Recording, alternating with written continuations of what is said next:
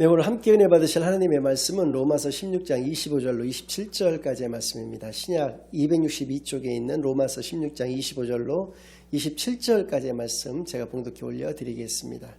나의 복음과 예수 그리스도를 전파함은 영세 전부터 감추어졌다가 이제는 나타내신 바 되었으며 영원하신 하나님의 명을 따라 선지자들의 글로 말미암아 모든 민족이 믿어 순종하게 하시려고 알게 하신 바 그 신비의 계시를 따라 된 것이니 이 복음으로 너희를 능히 견고하게 하실 지혜로우신 하나님께 예수 그리스도로 말미암아 영광이 세세 무궁하도록 있을지어다. 아멘.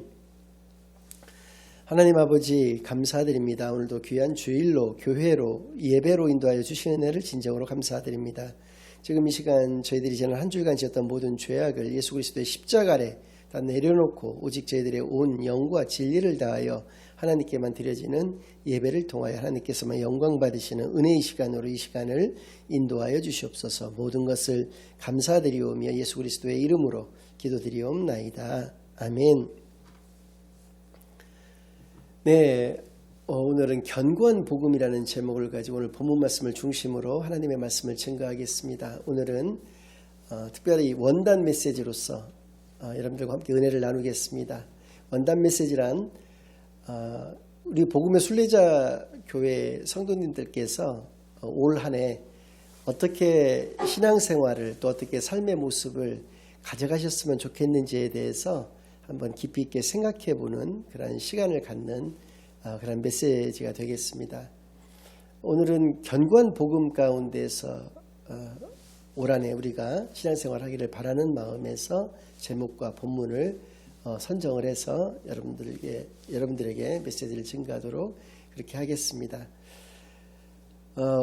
오늘날의 시대를 좀 특징적으로 한마디로만 이야기를 한다면 기쁨이 사라진 시대라고 이야기를 할 수 있을 것 같습니다.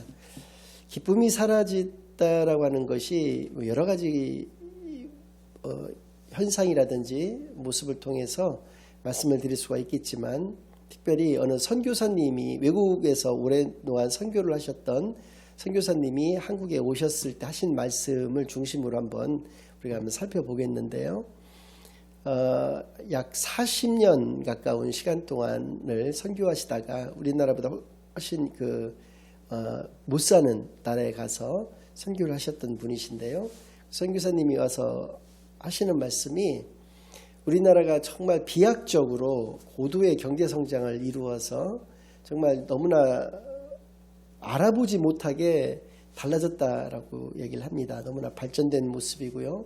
또 시민의식도 상당히 성숙되어져서 거리도 굉장히 깨끗하고 그렇다는 말씀을 하십니다. 그런데 문제는 뭐냐면 그렇게 고도화된 어떤 경제성장을 이룬 나라의 국민들에게서 그런 어떤 성취감이라고 할까요? 그런 어떤 만족한 어떤 표정을 찾아보기가 힘들다라고 하는 것입니다. 한마디로 얘기해서 웃음이 없고 기쁨이 전혀 없는 듯한 그런 사람들이 대부분이다. 그러다 보니까 너무 사람들이 여유가 없고 자신만을 아는 듯한 그런 모습들이 너무나 많이 보인다라고 하는 그런 말씀을 하셨는데요. 정말로 저도 그 말씀에 동의를 하고요. 한번 생각을 해봤습니다. 그 원인이 무엇일까? 저는 다음에 3가지 정도로 생각을 해보게 되었는데 첫 번째는 정체성이 상실된 이 때문이 아닌가라는 생각을 해봤습니다. 정체성에는 뭐 여러 가지 의미가 있을 수가 있는데요. 2가지 정도만 알아본다면 자아 정체성이 상실되었다. 자아 정체성이라는 것은 나는 누구인가, 또 나는 왜 사는가, 나는 지금 어디로 가고 있는가 등에 대해서 정확하게 알지를 못한다라고 하는 것이죠. 우리는 어린 시절부터 이미 기성세대들에 의해서 부모님이나 선생님들이나 이런 기성세대에 의해서 어떤 정해놓은 틀 가운데서 살아가는 것 같습니다. 이러한 대학을 가야지 좋은 것이고 또 이러한 직장을 가야지, 이러한 배우자를 만나야지, 이러한 삶을 살아야지 성공적인 삶이다라고 하는 그런 규정된 틀 안에서 너무나 다 너나 할 것 없이 획일화된 어떤 그런 그 사고의 틀 가운데에서 자신을 꿰어 맞추고 마치 그 안에 들어가지를 못하면 요즘 말로 이제 인싸라고 하지 않습니까? 인싸가 되지 못하면 마치 실패한 인생인 마냥 생각하게 되는, 그래서입니다. 뭐 그거 하나만 바라보고 달려가다 보니까 아까 말씀드렸던 것처럼 자아 정체성에 대해서 생각해 보지도 또 그것이 얼마나 중요한 것인지도 모르는 상태 속에서 살아가다 보니까 그것이 상실된 시대 속에서 살아가는 것이 아닌가. 또 사회 정의적 차원에서의 그 정체성도 역시 혼란을 겪는 것은 마찬가지인 것 같습니다. 어떤 큰 대의를 위해서 개인이 그 대의를 이루어가는 개인이 조그마한 부조리를 저질렀거나 부정의적인 어떤 모습을 가졌을 때에는 그 큰 것을 위해서 그런 것 정도는 이렇게 덮거나 눈 감고 그냥 넘어가도 되는 것이 아닌가라고 하는 그러한, 과연 정의가 어떠한 것인가, 이대로의 정의가 과연 옳은 것인가라는 그런 어떤 질문이나 그런 것에 대해서 깊이 있는 고민 없이 그냥 좋은 게 좋은 거라는 식으로 이렇게 넘어가는 그런 어떤 사회 정의적 차원의 정체성조차도 상실된 시대 속에서 우리는 살아가는 것 같고요. 그러다 보니까 판단력도 부재인 시대 속에서 살아가는 것 같다. 아까도 말씀드렸지만 무엇이 옳고 무엇이 그른지에 대한 그런 판단이 없이 그냥 어떤 목표 지상주의적인 그런 삶 가운데서 우리가 살아가는 것이 아니냐, 정신없이 막 아무 생각 없이 살아가는 것이 아닌가라는 생각이 들고요. 또 무엇보다 중요한 것은 관의 어떤 부재, 그러니까 가치관이나 인생관이나 세계관 같은 그런 관, 어떤 것을 바라보는 어떤 눈이 없다는 것입니다. 그러니까 무조건 막 돈을 쫓는다든지 성공을, 이게 세상 말로 이야기하는 그런 성공을 거두어야지만 마치 인생 자체도 성공한 인생이라는 생각에서 성공지상주의에 빠져가지고 거기에 매몰돼서 살아가다 보니까 모든 가치의 기준이 돈이 된다든지 성공이 되어버리는 식의, 또 그러다 보니까 어떤 문제점이 생기냐면 이기주의가 이제 팽배해진 시대 속에서 그냥 살아가는, 자기만 잘 살면 되고 자기 가족만 잘 살면 남이야 어떻게 되든지 말든지 신경 안 쓰게 되는 그러한 어떤 세상 속에서 살아가다 보니까 각박해지는 것이죠. 점점. 그러다 보니까 기쁨이 사라진, 웃음이 사라진 그러한 우리가 시대 속에서 살아가게 되는 것 아닌가라는 생각을 해보았다는 것이죠. 근데 오늘 성경에서 정말 기쁨 가운데 살아갔던 분 한 분을 여러분들에게 소개해 드리고자 합니다. 바로 로마서의 저자인 사도 바울이 그 주인공인데요. 사도 바울의 인생을 두 부분으로 나눌 수가 있습니다. 전반부와 후반부로 나눌 수 있는데요. 그 기준이 되는 것은 다메섹 노상에서 예수 그리스도를 만난 그 이전의 그의 삶은 우리와 같았습니다. 그에게서는 웃음이 없었고요. 여유가 없었습니다. 그리고 삶의 기쁨이라는 것도 없었던 것이죠. 반면에 예수 그리스도를 만난 이후의 그의 삶을 후반 생애라고 이야기할 수 있는데, 이때는 기쁨과 열정이 충만했던 그러한 시대였다. 근거는 제가 세 가지로 여러분들에게 말씀드릴 수가 있는데요. 사도행전의 마지막 문구가 사도행전 28장 31절 말씀인데요. 거기 이렇게 기록되어 있습니다. 하나님의 나라를 전파하며 주 예수 그리스도에 관한 모든 것을 담대하게 거침없이 가르치더라 라고 사도행전이 끝을 맺고 있습니다. 이때는 어느 때냐? 사도 바울께서 로마로 죽으러 갔습니다. 그러니까 로마 황제 앞에 서서 재판을 받고 거기서 자신이 이제 처형당할 것을 알고 간 것입니다. 로마에 전도 여행을 간 것도 아니고요.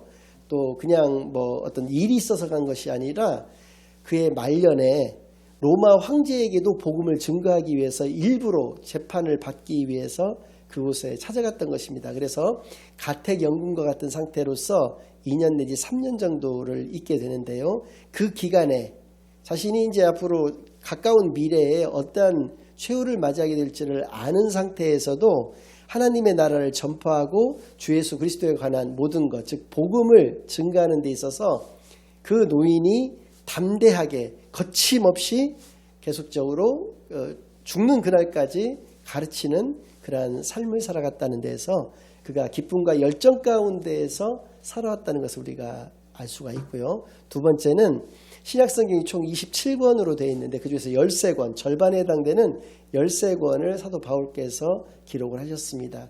그 내용들을 보면 오늘 본문인 로마서부터 해서 그가 지으신 모든 성경 서신서들을 보면 그가 얼마나 그 복음의 열정을 가지고 그 기쁨 가운데에서 그가 살아오셨는지를 너무나도 잘 알 수 있게 하여 주시는 것입니다.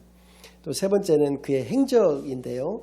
그는 39대의 그 채찍질, 매를 5번에 걸쳐서 맞았고요. 또 복음을 증거하다가 두드려 맞아서 모든 사람들이 팬 사람도 구경하던 사람도 모두가 다 그가 죽었다고 여겼습니다. 그래서 성 밖으로 쓰레기 버리듯이 갖다 내버렸는데 거기서도 살아났는데 살아난 직후에 바로 다른 곳으로 이동해서 거기서도 복음을 그가 증거하는 삶을 살았다는 것이죠. 그의 행적을 통해서도 그가 얼마나 복음을 깨닫게 됨으로 말미암아서 기쁨 가운데에서 열정적인 삶을 살아왔는지를 우리로 하여금 알게 해 주신다라고 하는 것이죠. 그러니까 결국은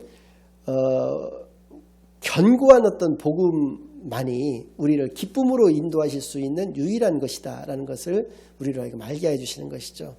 그래서 오늘 이 본문 말씀을 통해서도 사도 바울의 그러한 신앙의 단면을 엿볼 수 있는 말씀들이 있는데요. 세 가지 관점에서만 살펴보고자 합니다. 먼저 25절에 나와 있는 말씀인데요.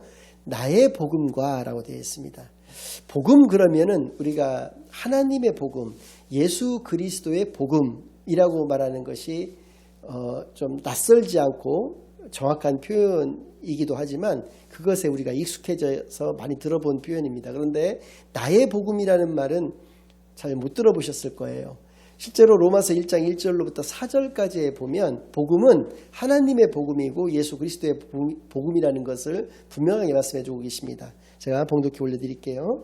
예수 그리스도의 종 바울은 사도로 부르심을 받아 하나님의 복음을 위하여 택정함을 입었으니 이 복음은 하나님이 선지자들을 통하여 그의 아들에 관하여 성경에 미리 약속하신 것이라. 그의 아들에 관하여 말하면 육신으로는 다윗의 혈통에서 나셨고 성결의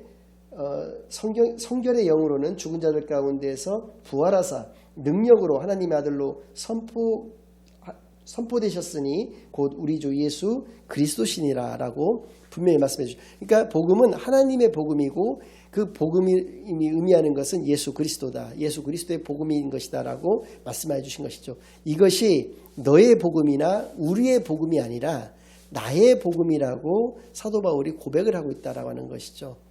그렇습니다. 우리를 견고한 복음으로 이끄는 것은 무엇인가? 그 복음이 나의 복음이 되었을 때 그것이 바로 견고한 복음으로 우리를 인도하는 것이다라는 것을 알 수 있게 하시는 것이죠. 두 번째는 나의 복음과 예수 그리스도를 전파함은이라고 되어 있습니다. 즉 예수 그리스도를 증거하는 것이 우리를 견고한 복음 가운데에서 살아가게 만드는 것이다라는 것이죠. 예수 그리스도를 증거하는 그러한 귀한 삶을 복음이 온전히 나의 복음이 되고 그 복음을 증거하는 삶을 그런 귀한 삶을 살아가시는데 부족함이 없는 저 여러분 되시기만을 간절히 축원합니다. 세 번째는 영세 전부터 감추어졌다가 이제는 나타내신 바 되었으며 예수 그리스도를 말씀하고 계시는 것이죠. 영원하신 하나님의 명을 따라 하나님의 명령을 따라서 선지자들의 글로 말미암아라고 말씀하고 계십니다. 자, 이것이 의미하는 것이 무엇입니까? 바로 성경입니다. 성경은 세 가지 특징을 가지고 있다는 것이죠. 첫 번째는 예수 그리스도에 관한 기록이다라는 것이죠. 두 번째는 하나님의 명령에 따라서 하나님의 생각, 하나님의 뜻, 또 하나님의 모든 것이 우리에게 말씀해 주시고자 하는 모든 것이 담겨 있는 것이 성경이다라는 것이고요. 세 번째는 선지자들을 통해서 하나님의 뜻을 먼저 알았던 그 사람들을 통해서 기록되어진 것이 바로 성경이다. 성경의 특징을 세 가지로 이렇게 말씀해 주고 계시는데요. 이 성경이 의미하는 것이 무엇이냐? 바로 모든 민족이 믿어 순종하게 하시려고 알게 하신 바 그 신비의 계시를 따라 된 것이다 라는 것입니다. 그러니까 성경이 우리에게 말씀하시고자 하는 것은 바로 모든 사람이 믿는 것, 무엇을요? 예수를 그리스도로 믿는 것을 통해서 또 그 그리스도인으로서의 순종의 삶을 살기를 바라시는 것이 담겨있는 그 바로 책이 성경인 것을 분명하게 말씀하여 주신 것이죠. 이 복음으로 너희를 능히 견고하게 하실 지혜로우신 하나님께 예수 그리스도로 말미암아 영광이 세세 무궁하도록 있을지어다. 아멘이라고 로마서도 역시 끝을 맺고 있습니다. 세 번째는 바로 말씀 중심의 삶을 우리가 살아갔을 때 그것이 우리를 견고한 복음으로 인도하시는 것이다. 여기서 말씀이라고 하는 것은 하나님 우리에게 나타내어 보여주고자 하시는 것, 즉 계시라고 하는 것을 의미한다는 걸 알 수가 있게 하시고요. 또 그 계시는 바로 복음이라는 것을 우리로 하여금 알게 해주십니다. 그 복음은 바로 예수 그리스도를 나타내는 것이다 라고 분명히 말씀해 주신 것이죠.